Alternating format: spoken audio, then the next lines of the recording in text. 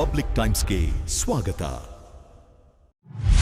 ಪಕ್ಷಿಗಳ ನೀರಿನ ದಾಹ ನೀಗಿಸಲು ಮುಂದಾದ ನಿಹಾರಿಕಾ ಸಂಸ್ಥೆ.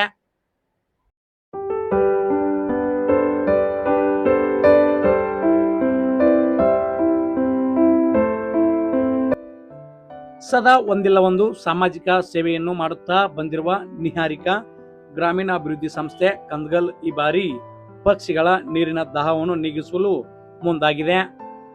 ಹೌದು, ಬಿರು ಬೇಸಿಗೆಯ ಸಮಯದಲ್ಲಿ ಪಕ್ಷಿಗಳಿಗೆ ಕುಡಿಯಲು ನೀರಿನ ಅರವಟಿಕೆಯನ್ನು ತಯಾರು ಮಾಡಿ ನಗರದ ಮರಗಳಲ್ಲಿ ಇಟ್ಟು ಪಕ್ಷಿಗಳಿಗೆ ಆಹಾರ ಮತ್ತು ನೀರಿನ ದಾಹವನ್ನು ನೀಗಿಸುವ ಕಾರ್ಯವನ್ನು ಸಂಸ್ಥೆಯ ಅಧ್ಯಕ್ಷ ವೈದ್ಯ ಸಂತೋಷ್ ಪೂಜಾರ್ ಮತ್ತು ಪದಾಧಿಕಾರಿಗಳು ಮುಂದಾಗಿದ್ದಾರೆ.